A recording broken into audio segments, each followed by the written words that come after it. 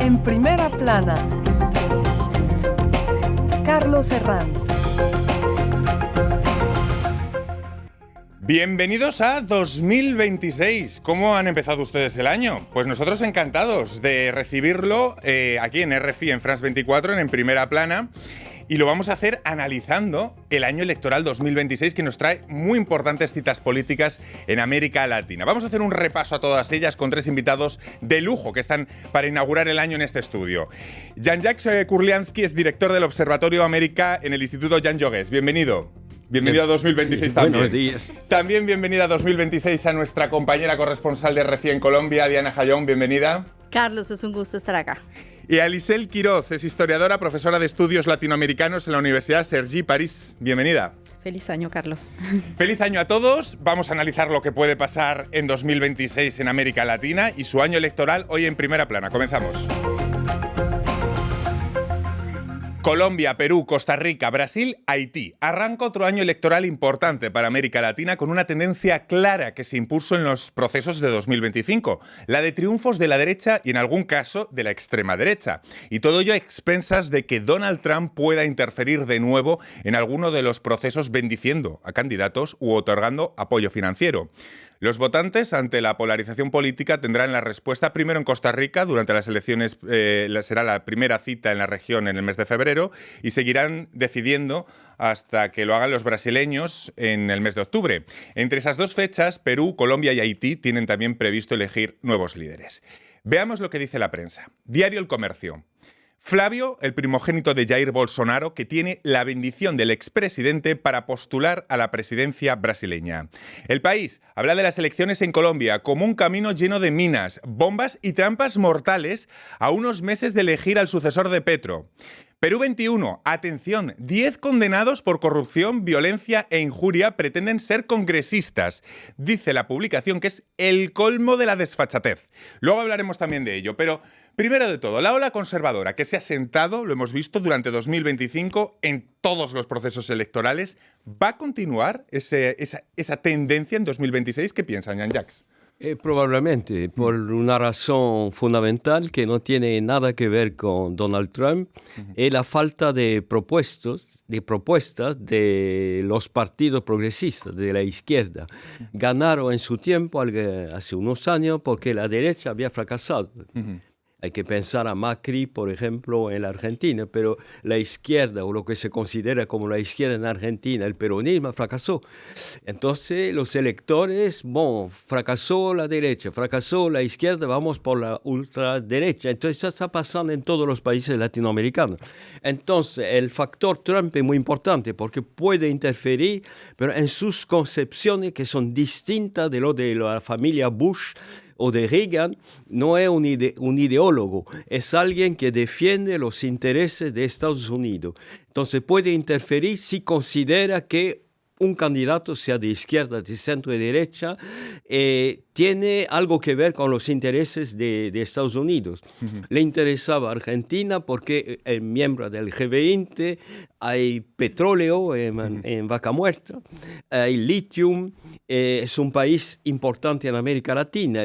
Entonces le interesaba también Ecuador, porque está Paraguay, porque son países que pueden permitir encerrar Brasil, impedirlo actuar. Entonces no hay que ver Trump como alguien que interfiere por razones ideológicas, pero corresponde a sus intereses, y lo importante sería seguir las elecciones norteamericanas del 3 de noviembre, porque eso puede alterar, modificar totalmente el escenario. O sea, interferencia sí, pero bajo la premisa del business is business. Diana, ¿va a continuar esta ola conservadora en 2026 en la región? Bueno, es una ola que me parece que aún es frágil, porque no es una ola a la que se esté llegando o la que esté alzando porque los votantes estén convencidos de las propuestas de la derecha o de la extrema derecha.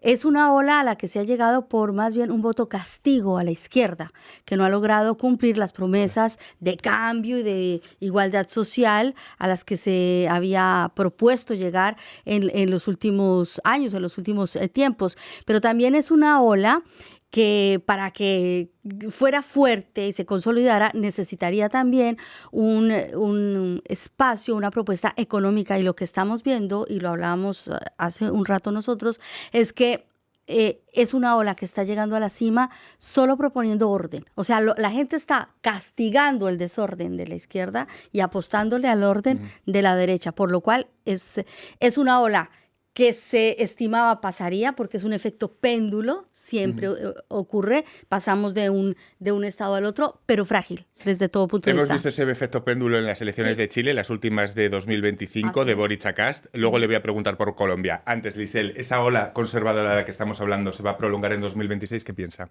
Es probable, estoy totalmente de acuerdo. Creo que es un voto o una tendencia de castigo o de castigo a la izquierda que no ha logrado organizarse, que no ha logrado modernizarse, digamos, y responder a demandas de las ciudadanías latinoamericanas que estamos en el 2021 y que no son las mismas que en el siglo XX. Por otra parte, históricamente América Latina tiene una tendencia a ir en conjunto. Es un espacio relativamente en donde circula muchísimo, no solamente las problemáticas, sino también las respuestas a esas problemáticas. Entonces creo que puede ser una ola que se instale. Pero efectivamente es también un espacio que es muy dinámico y reactivo y que otras tendencias pueden surgir y volver a distender o a deshacer ese espacio que aparentemente conservador, porque estamos en unas lógicas que finalmente vienen del siglo XIX, orden y progreso, seguimos en esas demandas. Vamos con el orden y progreso, porque 2025 se cerró con la victoria del Ultracas en Chile. La cómoda victoria del ultraderechista tuvo como base esa promesa de orden y seguridad a la que hacían referencia Diana y Lisel, por encima incluso del debate económico. ¿Creen que esa promesa de orden es lo que va a primar en los procesos respectivos de este año en Perú, en Colombia, en Brasil? Bueno, Brasil no, pienso que no es el problema central. Lo fue efectivamente en Chile. Cada país tiene su agenda particular, pero yo insisto, las temáticas sociales no se ven. Y eso entonces, penaliza a la ¿qué puede izquierda? compensar? Eso penaliza la izquierda. En Brasil es otro tema, los temas de los valores cristianos, que podemos hablar después de esta temática que me parece central en Brasil. El tema de la seguridad, tanto en Perú como en Colombia, ¿va a tener importancia en las elecciones? Diana. Lo está teniendo, Carlos, porque realmente hasta el momento no hemos visto de los tantísimos precandidatos que en este momento tiene la escena política en Colombia, solamente un partido, que es la izquierda, tiene ya un candidato definido, el resto todavía no vemos realmente quién va a ser centro, quién va a ser claramente derecha. Por eso los sondeos hay que tomarlos con pinzas. Demasiado, no hay nada seguro ahora, pero realmente ninguno ha salido a decir, este es mi plan económico, así vamos a rescatar a Colombia de este debacle económico, pero sí han salido todos a hablar del tema de seguridad, del tema de llevar al país a un escenario de más tranquilidad, de más sosiego, porque realmente es la sed que tiene en este momento, por lo menos el pueblo colombiano. El colombiano está un poco resignado a que el problema económico no se va a resolver en los próximos 4 años, pero sí piensa y sí tiene las ganas y la ilusión que el tema de seguridad sí se pueda resolver en 4 años. Lisel, en Perú, donde llegará al poder, si se me permite, se ha convertido en sinónimo casi de ir a la cárcel, con toda la lista de presidentes condenados. ¿El tema de la seguridad va a ser central también en estas elecciones o hay otros factores? El tema de la seguridad va a ser uno de los temas principales, ¿no? Centrales. Creo que es lo que es la presentación más importante de los partidos y de derechas, justamente presentar esto como su acción. Pero si vemos concretamente lo que sucede, Noboa acaba de terminar el año 2025 con un récord, o sea, de homicidios en su país, más de casi 9.000 homicidios en el 2025. Es decir, que hay como esta propuesta o esta tendencia a decir que la derecha va a resolver el problema de la inseguridad ciudadana y concretamente no lo hace. Entonces, sí va a seguir, pienso yo, porque es un problema de nuestras ciudades latinoamericanas. Tenemos el continente más urbanizado del mundo con ciudades que son megalópolis y en donde es difícil organizar organizar el sistema de transporte, la vivienda, la circulación, y en ese espacio se desenvuelve y se desarrolla una serie de mafias o de precariedad en general de lo que se dice en Francia, le vivre ensemble, el vivir en conjunto, es difícil y para todo tipo de gobierno. Entonces sí es central para nuestras sociedades y va a quedar como un tema muy importante. Importante si creen que Trump puede interferir en los diferentes procesos. En el caso de Brasil, Jean-Jacques, todo va a depender de quién sea el candidato que toma ese relevo de Bolsonaro. Parece que Bolsonaro bendice la candidatura de su hijo Flavio, pero hay que esperar todavía a ver quién es ese candidato de la derecha que podría ser bendecido por Trump frente a Lula, ¿entendemos? Bueno, como en los otros países hay una indefinición por el momento. Hay que esperar el mes de marzo porque los cargos electos como gobernador o diputado, senador, tienen que dimitir para presentarse eventualmente a las elecciones presidenciales. Entonces, entre tanto, efectivamente, el gobernador, por ejemplo, de Río, que de derecha intentó colocar el tema de la seguridad en medio de la campaña, pre-campaña electoral. No sé si se acuerda que en septiembre, para apresar unos traficantes, mató a 123 personas, recomendándose del modelo de Trump, y que Trump le mandó un mensaje de felicitaciones, porque estaba siguiendo la metodología que él está intentando aplicar en el Caribe, con los barcos que está hundiendo fuera de toda regla de derecho internacional. Pero eso no funcionó bien a la derecha, porque el gobernador de Río no es precandidato realmente, está dentro de un círculo de gobernadores que apoyaban a Bolsonaro, pero Bolsonaro es preso.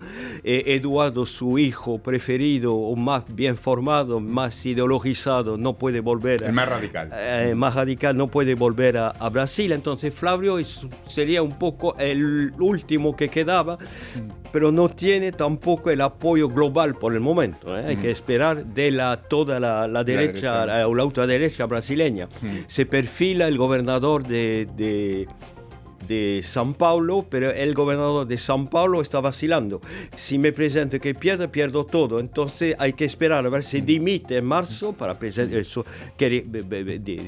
Podría decir que va a presentarse a la elección presidencial. Si no dimite, eso quiere decir que quiere repetir como gobernador de São Paulo. Hay que esperar todavía. Ya ven que vamos de país en país, hablamos de líneas generales de lo que van a ser los procesos electorales de 2026 y también de casos particulares de Colombia, de Perú, de Brasil, de Costa Rica. Vamos a seguir hablando a vuelta de pausa hasta ahora.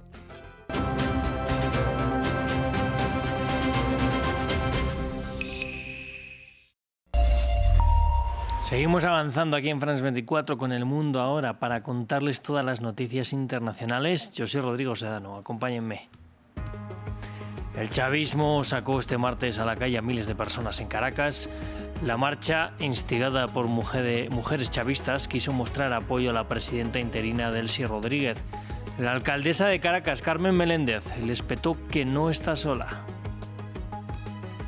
Y culminó la reunión de la coalición de voluntarios por Ucrania, conformada por países aliados de ese país, en la que también participó el enviado de Trump, Steve Witkoff. El presidente Macron anunció que se había acordado la que denominó como Declaración de París sobre garantías de seguridad para Ucrania en caso de cese el fuego con Rusia. Y en Siria, un enfrentamiento en Alepo entre las fuerzas gubernamentales sirias y las kurdas del norte y el este del país deja al menos 3 muertos y varios heridos. El enfrentamiento llega tras nuevas fallidas discusiones para la integración de la región kurda en el nuevo Estado sirio.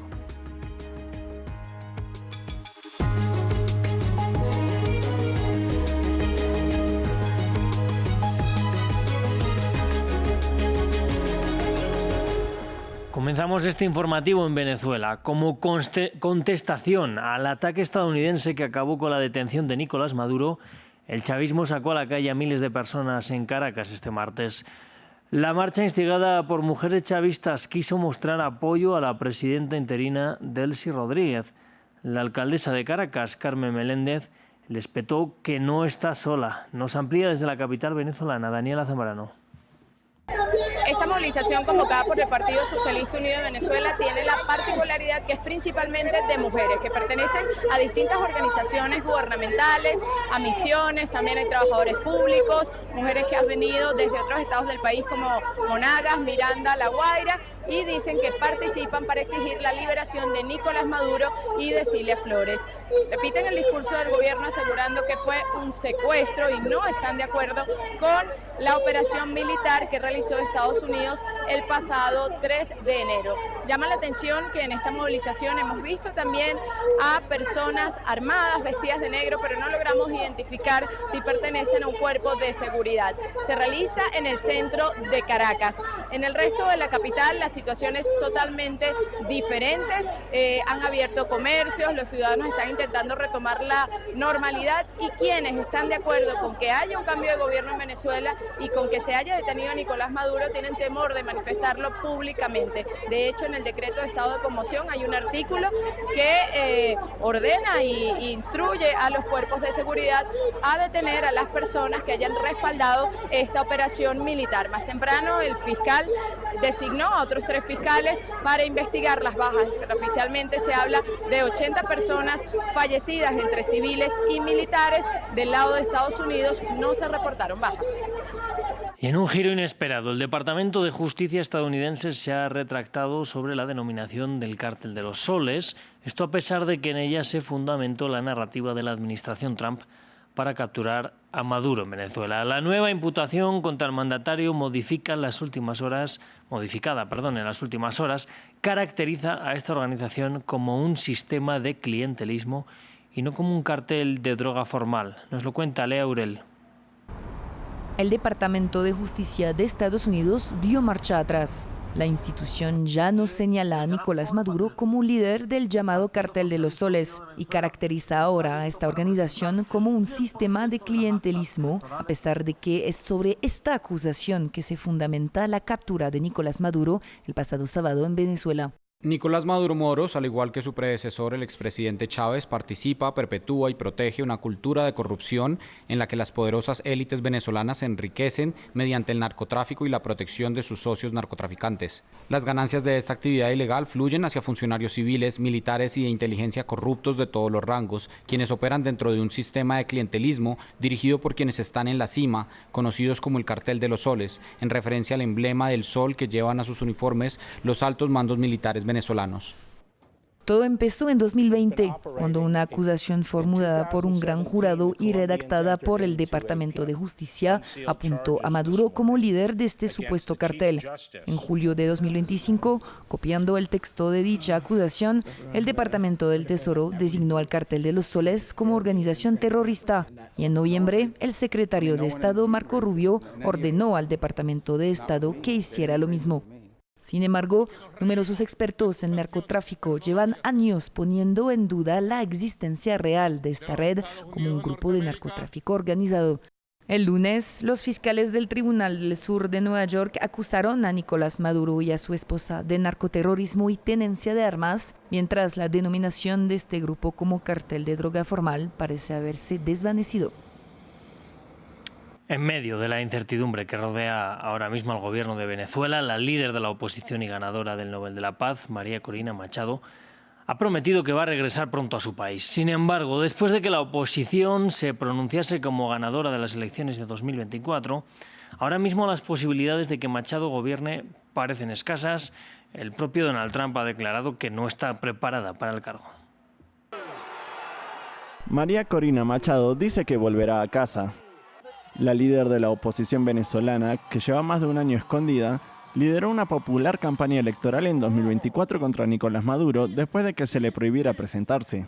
Ahora que Maduro está fuera y el futuro de Venezuela parece estar en manos del presidente Donald Trump, Machado ha prometido regresar.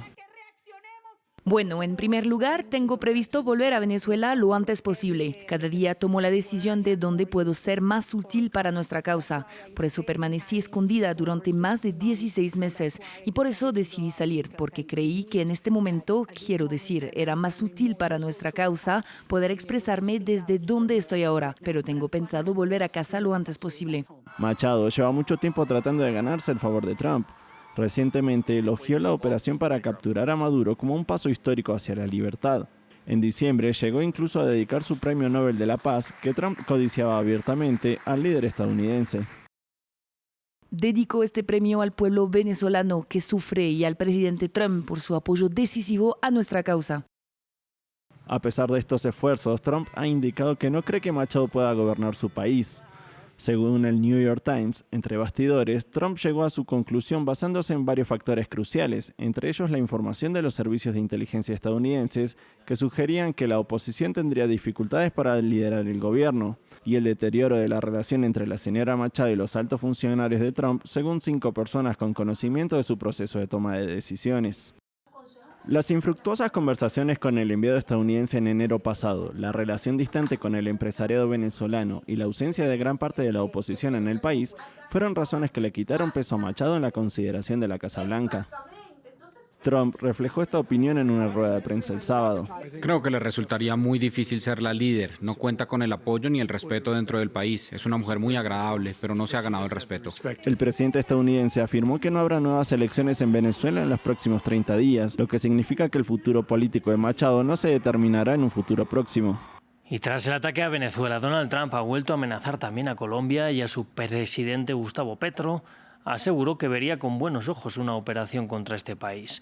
La canciller Rosa Villavicencio aseguró que el gobierno esperará a que los venezolanos decidan su futuro político. Y anteriormente en el día también nuestra periodista Rosa Pérez Masdeu pudo hablar con el vicecanciller colombiano Mauricio Jaramillo al respecto de toda la situación. Nuestro rechazo no solamente a la transgresión de la soberanía venezolana, sino a las amenazas lanzadas en contra del presidente Petro, en contra de Colombia, y a las declaraciones injuriosas en contra de nuestro presidente, que representa además la unidad nacional. Nosotros reconocemos que América Latina desafortunadamente está dividida, está polarizada. Hemos obtenido un respaldo que nos parece significativo de un puñado de estados que ven con preocupación esto que está ocurriendo. Desafortunadamente algunos estados, creemos nosotros, justifican de alguna manera esto en la lucha contra el narcotráfico, pero nos parece a nosotros una manera equivocada de interpretar el derecho internacional. Y en medio del baile de cifras de personas muertas en el ataque de Estados Unidos, hay familias que ya han empezado a enterrar a estos muertos. Es el caso de los allegados de Rosa Elena González, de 80 años, quien falleció a causa de las heridas que le provocaron las explosiones cerca de una escuela militar de la Armada.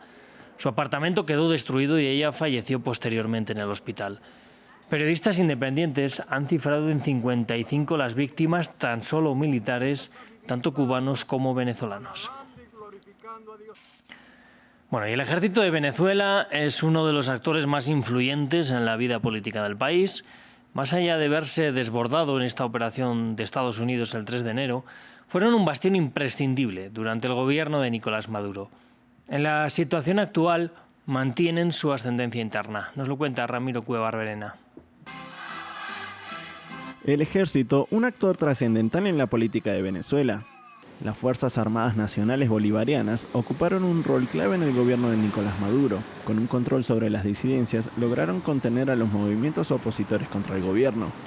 Una efectividad que no se vio reflejada militarmente en la operación de extracción que ejecutó Estados Unidos el último sábado, pese a que el ministro del Interior afirmaba que estaban preparados para una larga resistencia. Lo que sí es cierto es que este país se ha venido preparando para cualquier situación. Nos hemos venido preparando, no para meternos en una trinchera. Ese no es el concepto. No. Lo hemos hablado ya en varias ocasiones. Resistencia activa, prolongada. Sin embargo, pese al golpe recibido, el apoyo de los uniformados sigue siendo un factor vital en la situación actual. Así se reflejó en la ceremonia donde Delcy Rodríguez juramentó como presidenta y se la vio acompañado por Cabello y el ministro de Defensa Vladimir Padrino López. O en el pedido del lunes de Edmundo González instando a que el ejército lo reconociera como presidente. Más allá de tener el equipamiento más sofisticado en la región, el ejército venezolano tiene la capacidad de movilización de miles de civiles, el control total de las armas y hasta la captura de Maduro, un objetivo claro: no permitir que se instaure un gobierno subordinado a Washington. Interprétenlo como lo quieran interpretar. No va a permitir aquí un gobierno arrodillado, esclavo, genuflexo de los intereses de los Estados Unidos de Norteamérica. Más nunca esclavos. Por eso, su postura y apoyo ante el nuevo gobierno de la presidenta encargada, Delcy Rodríguez, es clave de cara a las próximas semanas. Y concluyó la reunión de la coalición de voluntarios reunida en París con acuerdos sobre garantías de seguridad para Ucrania en la guerra que libra con Rusia. Emmanuel Macron dijo que se había llegado a un acuerdo plasmado en una declaración de París, como la denominó el propio presidente francés, y agregó que la participación de Estados Unidos a través del enviado de Trump, Steve Witkoff, era genuina. Nos lo cuenta nuestra corresponsal Erika Olavarría. Tras esta nueva reunión en París comienzan a perfilarse de manera más concreta las garantías de seguridad que aportarán la coalición de países voluntarios. Esta noche estuvieron en la capital francesa 35 países representados, 27 a través de sus jefes de Estado y de gobierno, y por primera vez se contó en París con la presencia de los emisarios de Donald Trump, Steve Witkoff y Jared Kushner. Pues ellos justamente dijeron por primera vez que consideraban fundamental que hubiera garantías de seguridad para Ucrania, que son esenciales y que este apoyo es necesario para que haya efectivamente la paz. ¿Qué acordaron los países? Primero, que haya una fuerza multinacional en el terreno que no se va a encargar de vigilar el cese al fuego, pero sí de disuadir y también de ayudar a la reconstrucción del ejército ucraniano. También acordaron que hay un mecanismo de vigilancia del cese al fuego y que será dirigido justamente por Estados Unidos, pues es el país que tiene la capacidad tecnológica a través de drones y satélites para realizar ese control. Y también, lo más importante, acordaron que ese cese al fuego tiene que tener una garantía política y debe ser jurídicamente obligatorio, es decir, aprobado y apoyado por los parlamentos de los países que lo firmen, recordando las malas experiencias con los acuerdos de Minsk y antes, en 1994, con el memorándum de Budapest, en que varias repúblicas soviéticas renunciaron a sus arsenales nucleares. Sin embargo, Rusia no cumplió con el compromiso de no invadirlos, concretamente a Ucrania. Esos son los 3 puntos acordados principalmente esta noche. Emmanuel Macron dijo que un cese al fuego no debe significar la rendición de Ucrania ni que sea nuevamente invadida por Rusia. Por su parte, Volodymyr Zelensky agradeció el apoyo de sus aliados, pero volvió a pedir la ayuda con misiles antiaéreos, pues dijo: Rusia no está 100% por la diplomacia. En ese mismo sentido reaccionó el primer ministro británico, que recordó que Rusia ha intensificado sus ataques en los últimos días, por lo que reiteró también que esta coalición permanecerá con Ucrania hasta que sea necesario. Volvemos ahora la mirada hasta Siria, en donde al menos 4 personas han muerto y varias más han resultado heridas en Alepo. Esto en enfrentamientos entre las fuerzas gubernamentales sirias y las kurdas del norte y el este del país. El enfrentamiento llega un día después de una reunión entre altos cargos de ambas partes para la de momento fallida integración de la región kurda en el nuevo Estado sirio. Pues de esta forma nos vamos a despedir. Yo les invito a que sigan aquí con nosotros en France 24.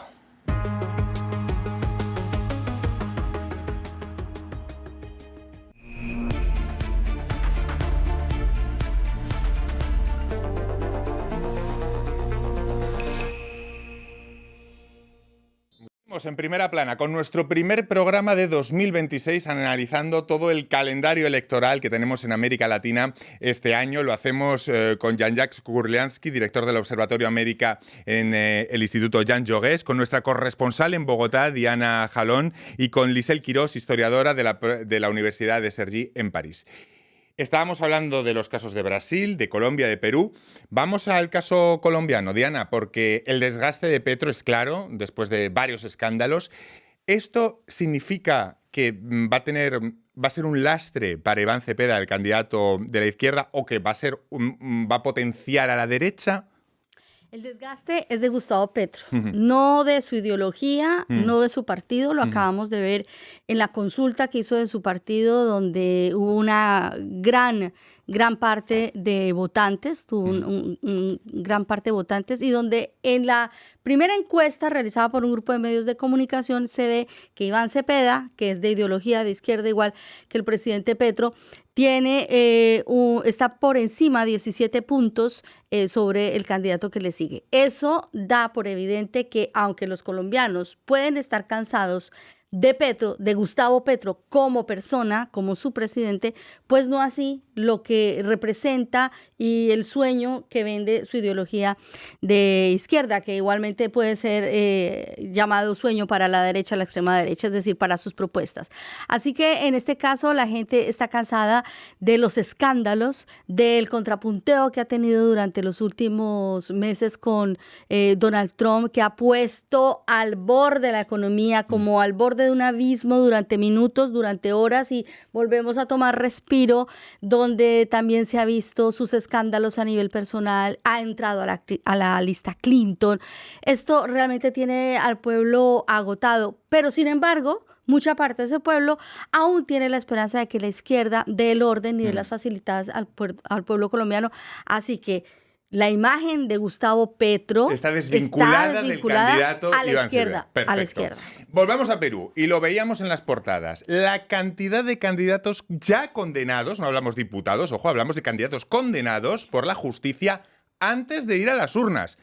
Grisel, ¿por qué los partidos políticos permiten esta situación? Lamentablemente en Perú ser político es sinónimo de ser delincuente, es que es una realidad. ¿Y por qué Ahora, se permite? es un sistema, el sistema político peruano desde el principio del siglo XXI necesita una reforma que ha ido hacia la concentración del poder en el Congreso y que se debe variar, precisamente por eso hay propuestas de crear un sistema más bien bicameral, de deshacer esta centralización del poder en torno al Congreso.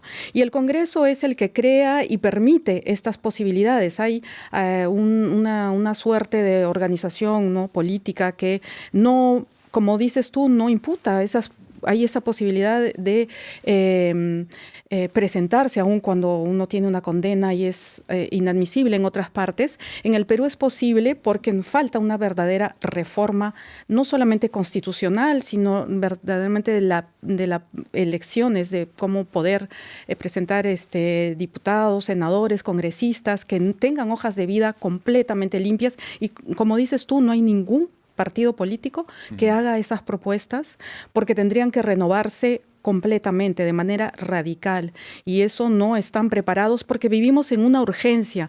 Ya ahorita, por ejemplo, quedan 5 meses para las elecciones y no hay esa posibilidad, ya tienen listas preparadas y creo que todo esto fomenta la imposibilidad de reforma. No nos olvidamos de Costa Rica y de Haití, que también celebrarán procesos en 2026. Los costarricenses serán los primeros que abran el baile electoral y aunque los sondeos dicen que en este caso los indecisos son del 45%, la seguridad vuelve a ser el primer criterio de los votantes. Vemos que esto se repite de país a país. No sé si es una tendencia pareja a la ola conservadora, porque la presencia del crimen organizado llega a países como Costa Rica, que antes eran bastante tranquilos, Jean-Jacques. Sí, pero fracasaron también los partidos tradicionales en Costa Rica, el PLN, el Partido de Liberación Nacional, la gran fuerza tradicional que tuvo 7 veces la presidencia de la República de los ticos, de los costarricenses, el Partido Social Cristiano. Surgieron nuevos partidos, también uno en la izquierda, el Partido de Acción Ciudadana, pero que ahora está muy bajo en los sondeos. Entonces, en este contexto, efectivamente, ¿qué queda? No hay ninguna propuesta eficiente del lado de la izquierda. Queda propuesta de la derecha tradicional muy ligada a la red, por ejemplo, no hablamos de esto desde el principio, pero el partido Vox en España en 2019 armó una red de gente, en su momento diputado como Cast, como Milei, como Meloni en Italia, se coordinan, intercambian ideas y se ve que esta generación de 2019 que estaba, bueno, como militante un poco destacado, pero nada más, ahora están llegando a la presidencia de la República. Eso pasa en Costa Rica. Hay los que están en la cima de los sondeos y son gente de partidos, candidatos de partidos políticos muy ligados a esta red. Y como del lado de izquierda, el PLN, que llega segundo en los sondeos, pero es bastante desgastado y que no hay propuesta creíble para los electores a la izquierda del PLN, que quede la propuesta de esos partidos de ultraderecha.